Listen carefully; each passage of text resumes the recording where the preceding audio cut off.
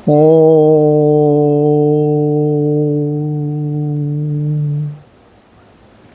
मंगलमूर्ते नमः। श्रीमन्गणाधिपतये नमः। दक्षिणे लक्ष्मणो यस्य वामे च जनकात्मजा पुरतो मारुतस्य तं वन्दे रघुनन्दनं।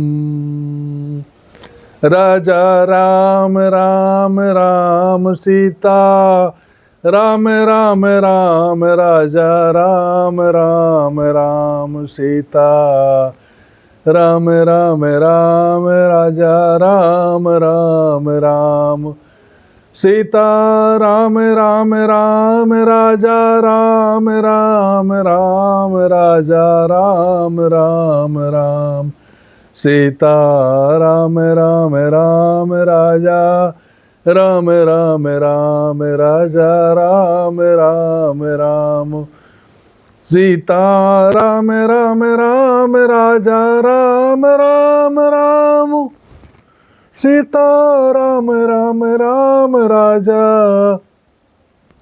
राम राम राम राजा राम राम राम सीता राम राम राम राजा राम राम राम राजा राम राम राम राजा राम राम राम राजा राम राम राम राजा राम राम राम सीता राम सीता राम राम राम राम सीता राम राम राम सीता राम राम राम। बोलिए राजा रामचंद्र भगवान की जय। श्री हनुमंत लाल की जय। आइए हम राम कथा में भगवान के जन्मोत्सव, जन्म के बाद भगवान के उत्सव पर चर्चा करते हैं और भगवान को विविध भक्त उनके दर्शन के लिए आतुर हैं, लालायित हैं। ऐसी दिव्य पावन श्री राम की कथा है। उत्सव बड़े धूमधाम से भगवान का जन्मोत्सव अयोध्या में प्राकट्य उसके बाद मनाया गया। कैका सुता सुमित्रा दो सुंदर सुत जनमत भय वो। अयोध्या में परम पावन पुनीत नगरी अयोध्या में चार राजकुमारों का जन्म होता है और मंगल ही मंगल पूरी अयोध्या में चल रहा है। पूरा वातावरण मंगलमय है। और चलो आइए हम सब भक्त अपने मन को उस अयोध्या धाम की ओर ले चलते हैं। अयोध्या धाम की जय। बड़ा ही अद्भुत स्वरूप अयोध्या धाम का लग रहा है। व्यापक ब्रह्म निरंजन निर्गुण विगत विनोदो सोवज प्रेम भगति बस कौशल्या के गोदो। व्यापक ब्रह्म निरंजन भगवान की आंखों में यशोदा मैया ने अंजन लगा दिया है तो उससे भगवान की और दिव्यता बढ़ जाती है। सो अज प्रेम भगति बस। और जो निर्गुण परमात्मा है, निराकार परमात्मा है भगवान, भक्ति वे बस में होकर कितनी सुंदर सुंदर लीलाएं भगवान कर रहे हैं। और कौशल्या माता उसका आनंद ले रही हैं। भगवान का प्राकट्य को जब सूर्य भगवान ने देखा, सूर्य नारायण ने देखा तो उन्होंने कहा हमारे सूर्य वंश में तो परम ब्रह्म परमात्मा का जन्म हुआ, अवतार हुआ। और भगवान सूर्य अपनी जगह पर स्थिर हो जाते हैं। मास दिवस कर दिवस भा, मरम न जाने कोई, रथ समेत रवि था क्यों, और निशा कवन विधि होई।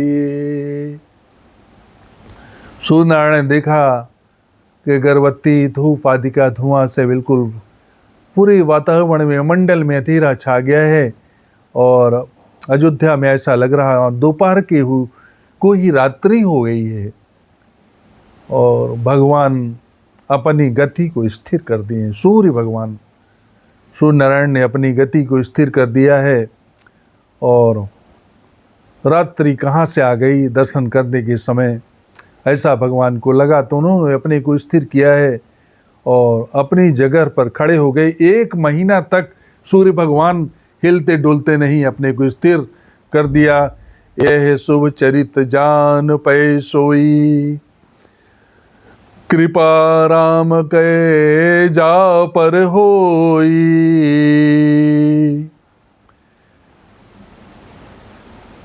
जिस परम ब्रह्म की कृपा सूर्य भगवान पर है, भगवान सूर्य अपनी जगह पर स्थिर हैं, और चंद्रमा बेचारे भगवान के पास आए, और चंद्रमा का मुख मंडल उदास है। भगवान ने क्या कहा, क्या हुआ, आपका मुखड़ा क्यों उदास है? और मेरे प्राकट्य में तो सबको उत्सव हो रहा, पर आपके अंदर उदासी दिख रही है। चंद्रदेव प्रसन्न क्यों नहीं हो? चंद्रदेव ने भगवान से प्रश्न किया को प्रभु, मुझको आपका दर्शन लेने का अधिकार नहीं है क्या? भगवान ने कहा कि सारी दुनिया दर्शन ले रही है और तुमको भी है। चंद्र ने कहा समस्या यह है कि सूर्यदेव अपने स्थान से हिलते नहीं, जब वो आगे बढ़े तो मैं भी दर्शन लेने उसी कतार में आगे बढ़ूं, वो तो अपनी गति को रोक दिए हैं। तब भगवान ने कहा कि ठीक है, दर्शन कर लेने दो, और जब मैं स्वयं भगवान श्री कृष्ण के अवतार में द्वापर में अवतार लूँगा तो आप भी 6 महीने तक खड़े रहना। चंद्रदेव ने कहा वो तो ठीक है भगवान, पर अभी आज तो मुझको भी कुछ प्रसाद, कुछ आपकी कृपा मिलनी चाहिए। और तब भगवान ने चंद्रदेव को कहा कि मेरा जन्म तो ठीक है सूर्यवंश में हुआ, पर मेरे नाम के आगे आपका नाम जोड़ा जाएगा, यह है मेरी सम्मति है। चंद्र भगवान प्रसन्न हुए हैं। ऐसी भगवान की अहेतु की कृपा अपने ऊपर जान करके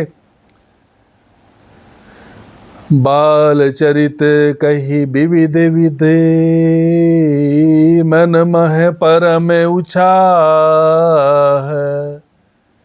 और भगवान भोलेनाथ प्रसन्न हैं, इतनी सुंदर बाल लीलाएं की हैं।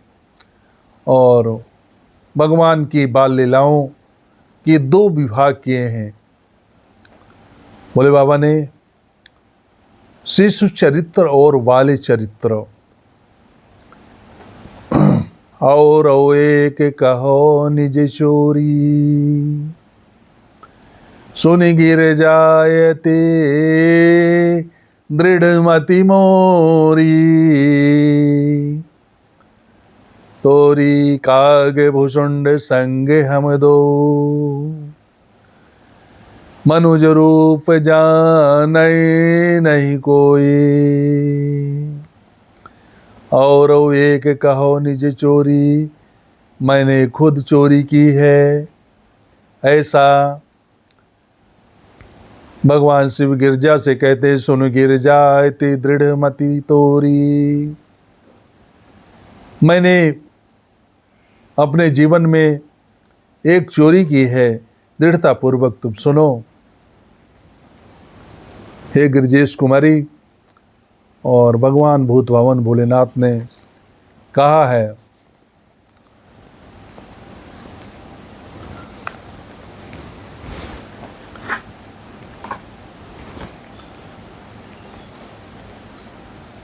हमने मानव का रूप बना करके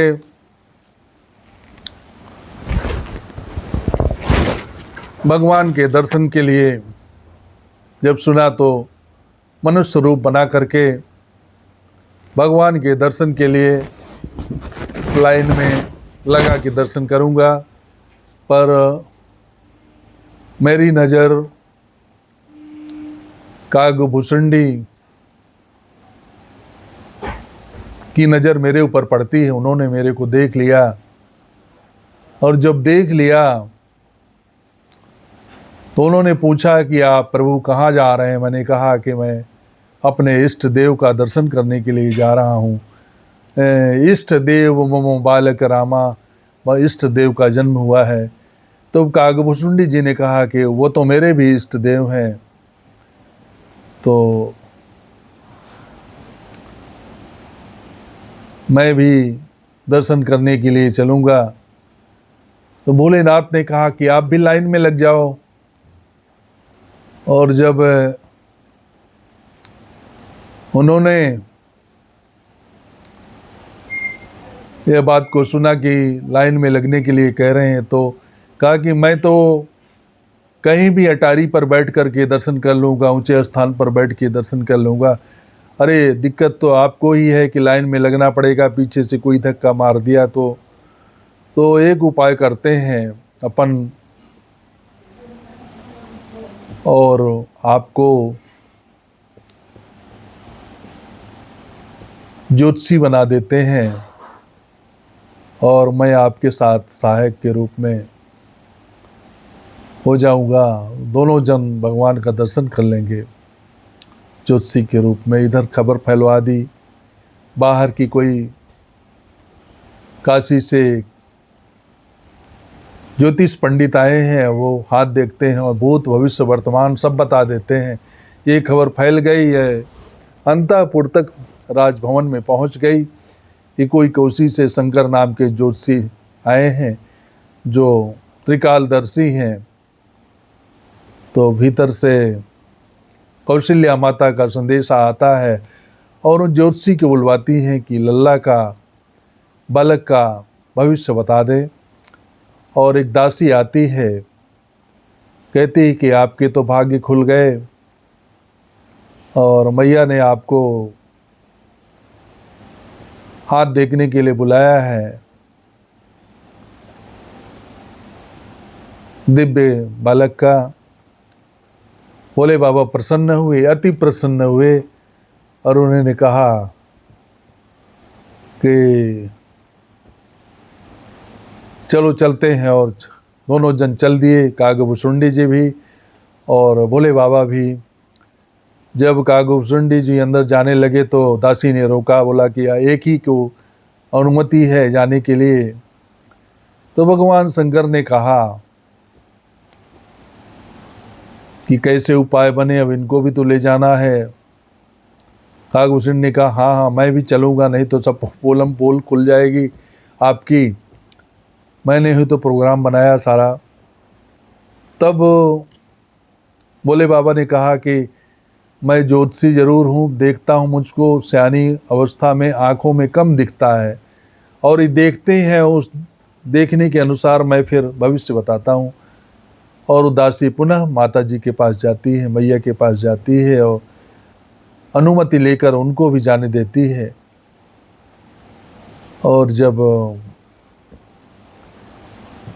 भोले बाबा अंदर अंतःपुर मर जाते हैं, भगवान को देखा है तो समाधि में हो गए, दिव्य समाधि में हो गए। सोचने लगे कि और बड़े मुश्किल से भगवान की तरफ से ध्यान हटाया है, भगवान की सारी गुणों को बताया है, मैया प्रसन्न है। और कागभूषुंडी जी ने भी दर्शन किया है और अपने को बाहर निकाला है भगवान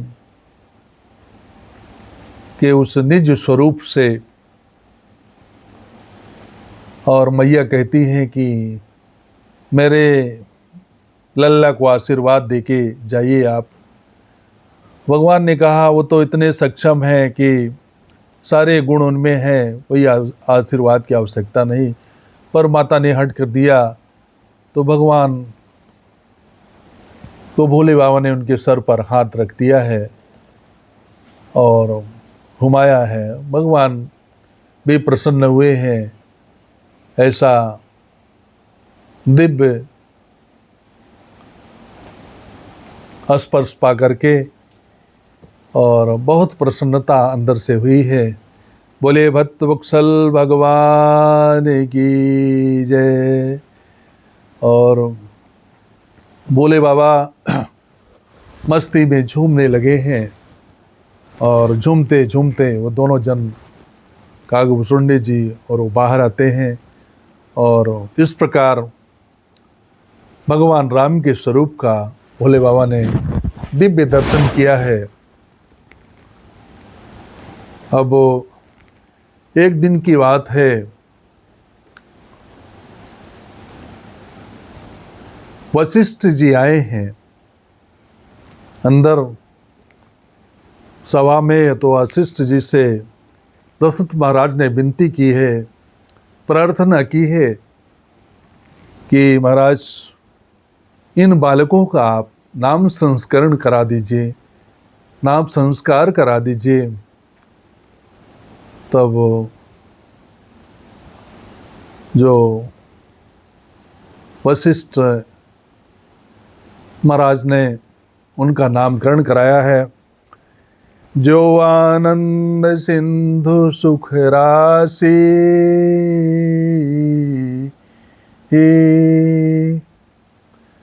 श्री करते त्रैलोक सुपासी। जो सुख धाम राम असना